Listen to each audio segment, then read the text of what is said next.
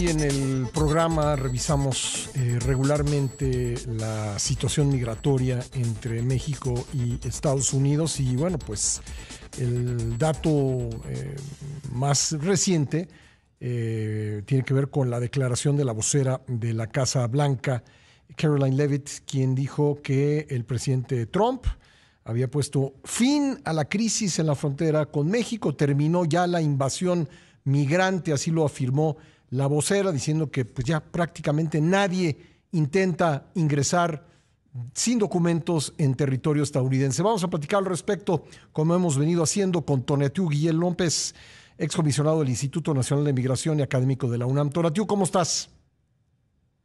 ¿Qué tal, Pascal? Muy buen día. Gracias por la invitación. Pues una especie de bandera blanca, ¿no? Se acabó la migración indocumentada en los Estados Unidos. ¿Qué tan cierto es esto?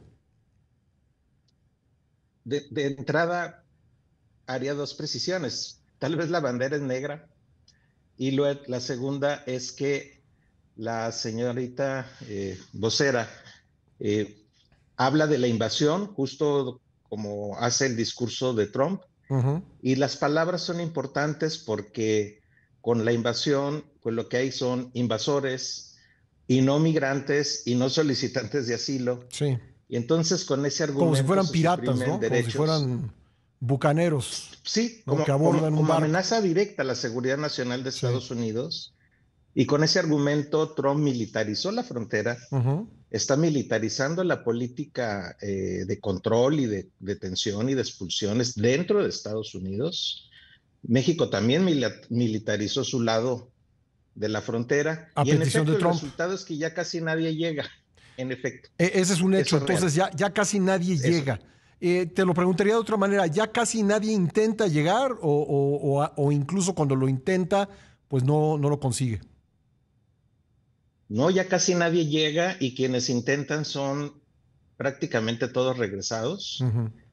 Para darte cifras, el último mes, junio, fueron 9,000 eventos que llama la Policía Fronteriza encuentros.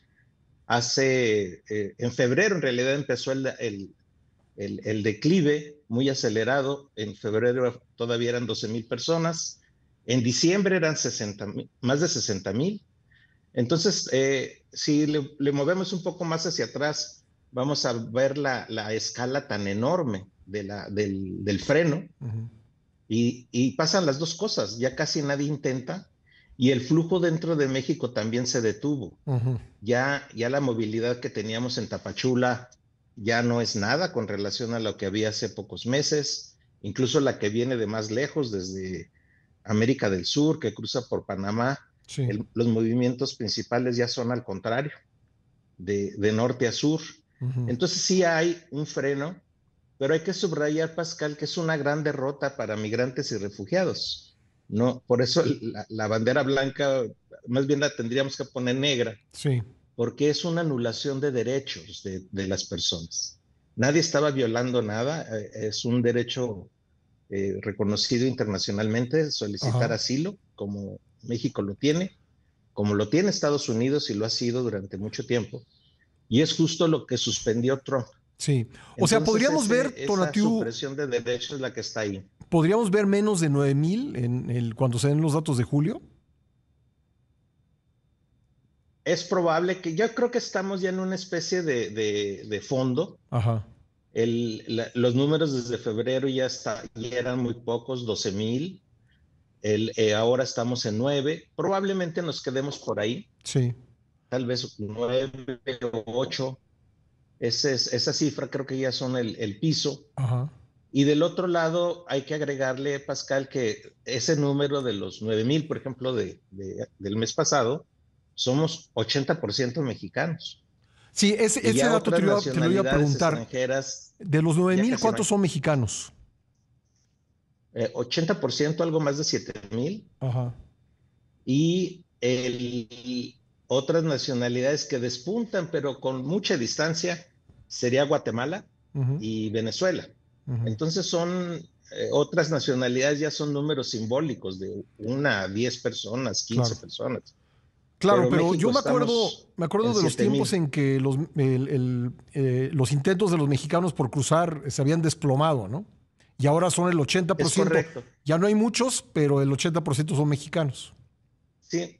Dicho de otra manera, lo que ya no tenemos son extranjeros. Ujú, Ya el flujo a través de México es el que ha tenido un desplome ujú, y hay una cantidad muy grande de personas, Pascal, francamente difícil de cuantificar, pero que la puedes ubicar en las calles de la Ciudad de México o en otras grandes ciudades ujú. del país o todavía incluso en Tapachula, que son personas que se quedaron atoradas, estancadas en México y a las que no hemos atendido como es debido, Sí. porque sobre todo si se trata de personas con perfil de refugio, tendríamos que estar trabajando en esa dirección, Ujú, en políticas de protección y de inclusión en México. sí. Y eso no lo estamos haciendo, Sí. o lo hacemos de manera muy marginal, y es parte del drama humano que tiene este gran freno. Y para ponerte el caso de mexicanos, Pascal, que a pesar de que había descendido, éramos números muy grandes, una parte importante eran desplazados por la Por la violencia y la violencia, sí. inseguridad. Mm, claro. Entonces, esas personas no se les resolvió el problema, o sea, al Sí. contrario, están sin opciones y probablemente buscando otras rutas en las ciudades fronterizas de México o en Claro. otras grandes ciudades del país. Le agradezco mucho a Tonatiu Guillén López, excomisionado del Instituto Nacional de Migración, que me haya esperado para seguir esta conversación.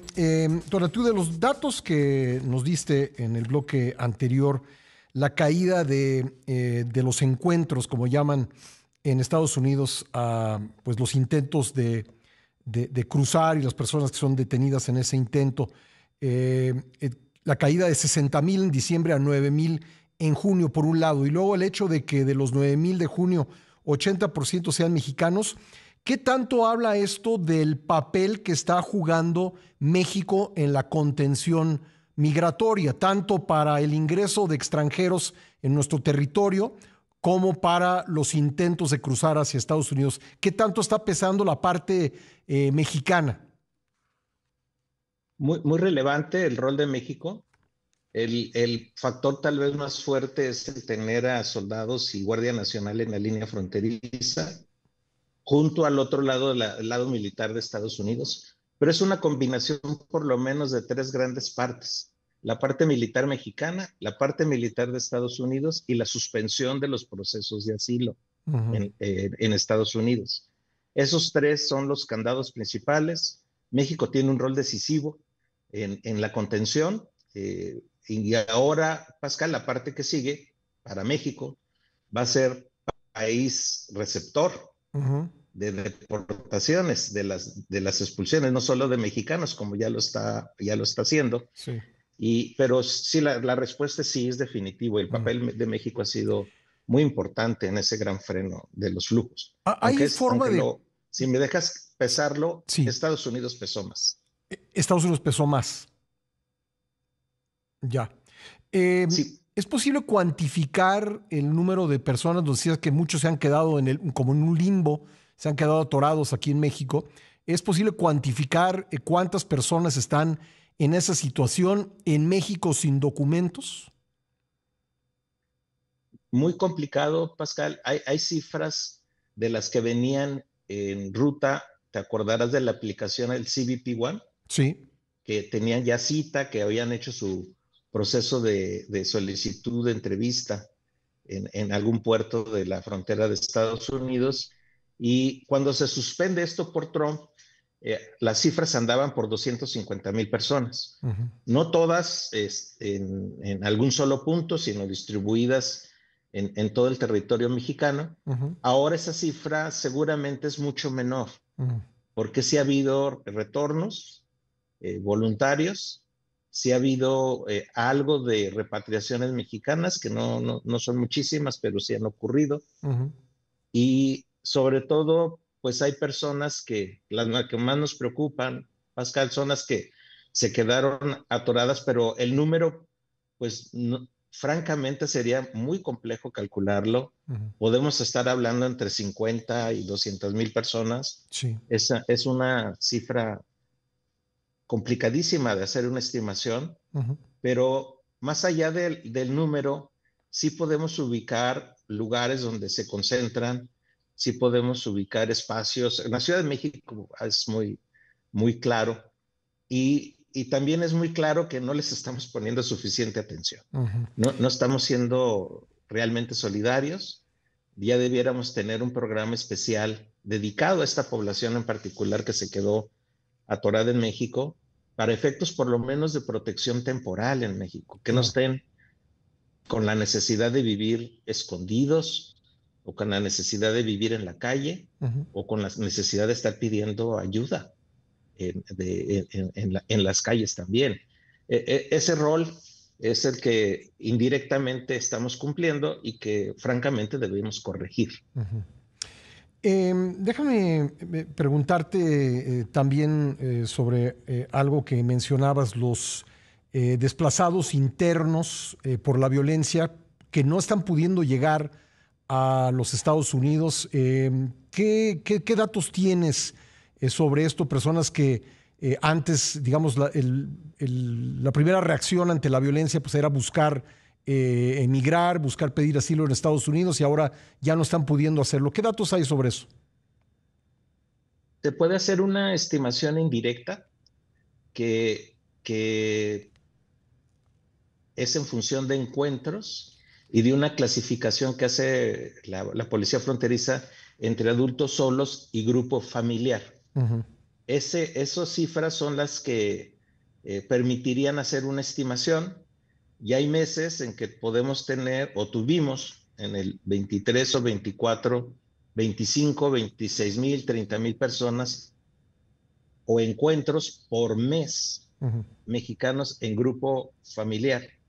Entonces, si ya le hacemos el estimado al año, sobre todo grupos familiares, se agudizó la problemática a partir del 21 y creció el grupo familiar en el 21, en el 22 y sobre todo en el 23. Ujú. Y tuvimos meses del año 23 en donde las personas en grupo familiar fueron superiores a los adultos que intentaron el cruce solos, lo cual nunca había ocurrido y retrata el crudo, gravísimo problema del desplazamiento interno en México que se refleja como poblaciones solicitando asilo en Estados Unidos. Ujú. Entonces, si tomamos el promedio de los 25 mil más o menos de diciembre, perdón, del 23 en cada mes y sumamos los meses, pues puedes tener a 250 mil personas Desplazados. tranquilamente Ujú.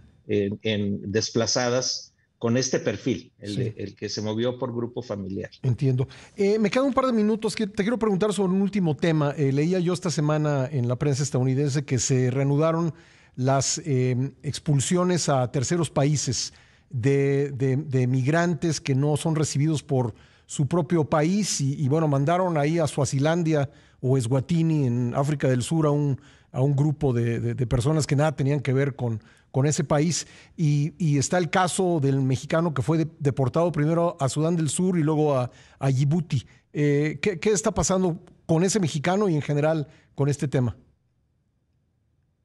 No tenemos ningún dato oficial, creo yo, de esta persona mexicana que está por allá en África, en este grupo que pues son expulsados, vuelvo al punto de hace un rato, con supresión de derechos. Ujú. Todas estas expulsiones a terceros países están dentro de un marco súper cuestionado de legalidad y que está combatido en cortes en Estados Unidos. El gran proyecto de deportaciones masivas que tiene Trump, que es su segundo proyecto, el de la frontera 1, el de la deportación masiva es 2, supone tener a países receptores. Y sí han hecho una estrategia grande en Centroamérica, ya están ahí, Ujú. en México también, están intentando más países en África. Entonces sí vamos a ver esto cada vez más continuo Sí. y más que como una estrategia continua y muy masiva, creo que es más bien para imponer terror, para Ya. imponer miedo a las poblaciones. Y Pues, lamentablemente ese es el futuro cercano que está avanzando en Estados Unidos. pues muchas gracias por todos estos datos. Efectivamente, son muchos temas de preocupación en torno del asunto migratorio. Gracias, Tonatiuh, muy amable. Gracias a ustedes, un buen día. Gracias, Hasta Tonatiuh luego. Guillén López, excomisionado del Instituto Nacional de Migración y académico de la UNAM.